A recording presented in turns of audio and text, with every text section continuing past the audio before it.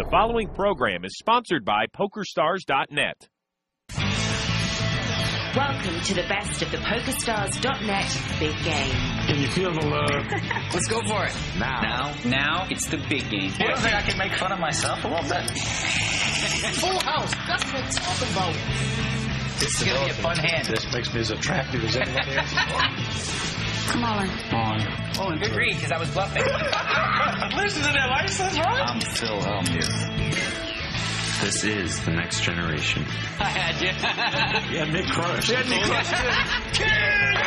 It doesn't get any bigger than this.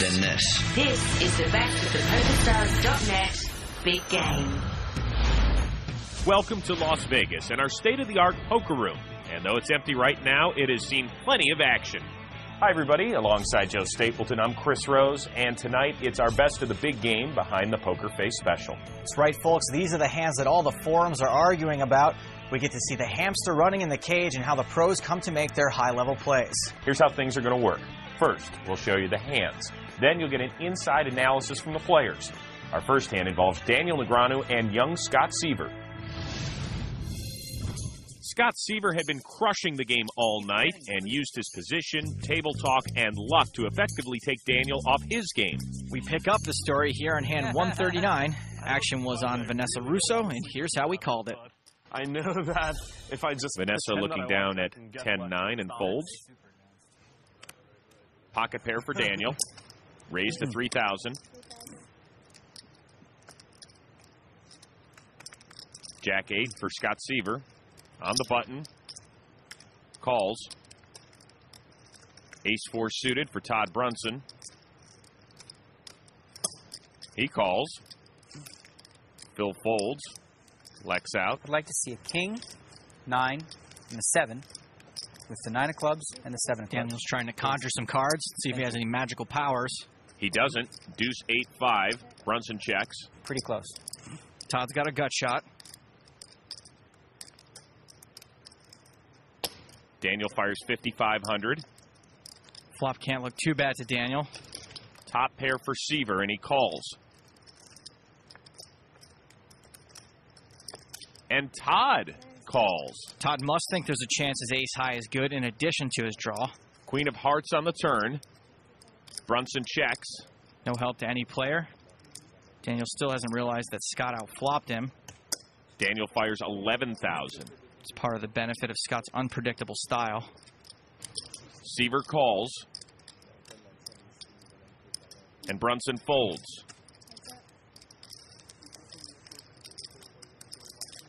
The river. The Jack of diamonds. Scott Seaver just rivered 2 pair. Daniel checks. Only one draw came in, and it was runner-runner, so Scott will probably attempt a value bet. How about a bet to 40,000? It's a good value bet. It's nearly pot-sized. A bet this size is meant to confuse your opponent. It can look like a bluff. Daniel doesn't have the winner, but he may realize that Scott's capable of making this type of bet with anything. Weird. It's kind of a cool hand, man. Whatever you got, it's fun. I like it. Good stuff. Good job. Well done. Only if you make the wrong decision. I'm trying to figure out what you have.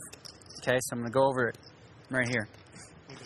Okay, there's a lot of draws to like missed, right? There's like 6 sevens, there's like 3 4s, clubs, all kinds. Like 9 10 of clubs would be sick, like super sick. Jack river, gutter ball straight. Okay, I feel like you think I'm going to call, right? So 40, why? Kind of out there. I'm confusing myself. I was going to call for sure right away. Until you went through the analysis and you fell into my brain? Fell into Phil Luck's brain. Phil Luck's brain. Okay, what do you have? What do you have? What the hell do you have? You don't have 8s, because that would be silly to bet. Why would you bet with an 8? Unless it was a Jack of clubs and an 8 of clubs. Oh, that would suck for me so bad. Okay, think. Use what you got left. So like to give this hand to somebody else to make the decision. Somebody wants to buy it. Someone wants to buy this hand. Anybody? Wow, what do you got, buddy? What do you got? Phil, go tell her what she's got, and I'll listen. I think he has Jack 8 of clubs. You think who does? I think Scott Seaver has Jack 8 of clubs. Pretty good read. So, 40,000. You're betting 40,000. It only matters when I make the wrong decision. What say that again? What did you say before? I don't understand. I forgot. You remember? You forgot already? 40,000? Why? I went to get a coffee. Has he called yet? Nope. You never have 3 of a kind, right? That's just crazy talk. Queens and jacks? What do you have? I don't have that good. But I don't have that good. If I had, like, real good, I'd probably just pay, but... Oh, wow. Scott Seaver. You make it tough to play this game. He does. He makes it tough. Oh, boy. What do you got, Scott Seaver? Can't figure it out. 9-10 of clubs? Ace-6 of clubs. Hang on. Wait. That could be a lie. One sec. It's a lie! Lie, for sure. I know that's a lie. Guaranteed. You just lied to me. Say it again. You have what? Ace-6 of clubs? You have Ace-6 of clubs? Is that what you have? Liar. What a liar. So lying. I know it for sure. Oh. It's okay. You were trying to tell me you have a hand that...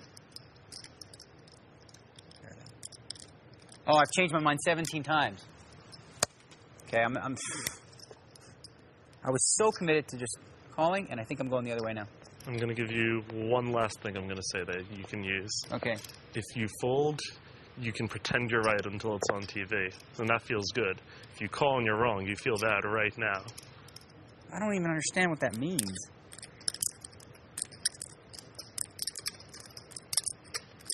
Folding keeps your confidence, regardless.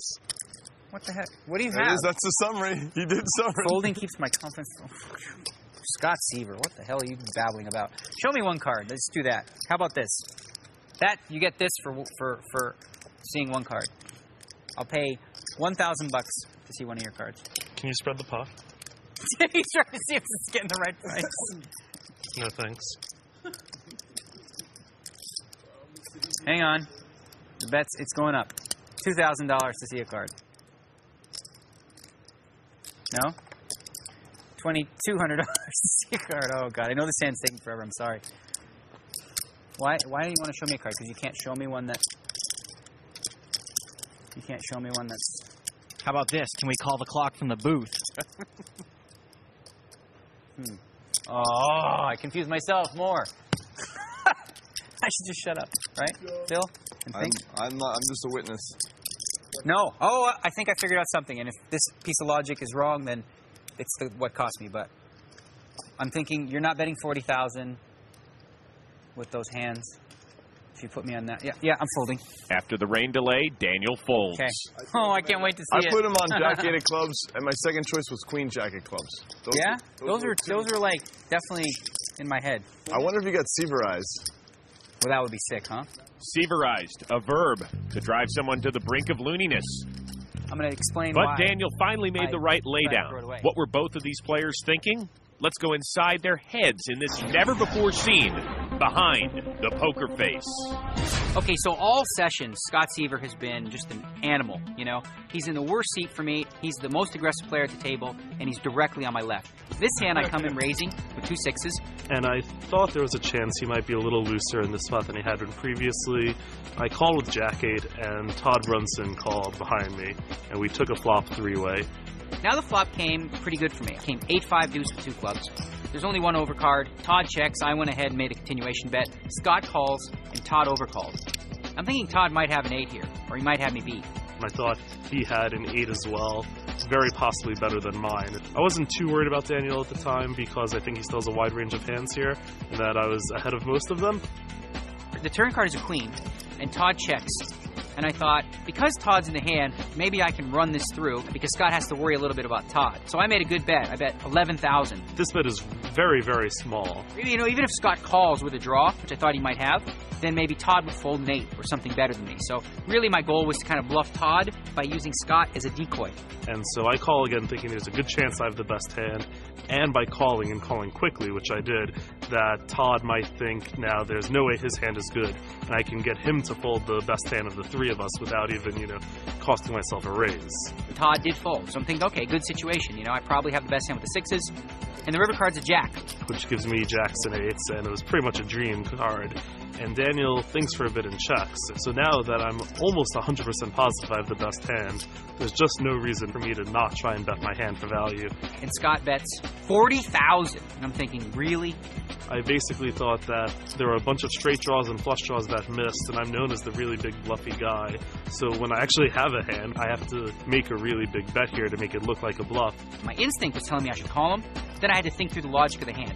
So the $40,000 bet kind of struck me as, okay, the only reason he's betting this much is because he wants full value and he's trying to make it look like a bluff, but he's not bluffing.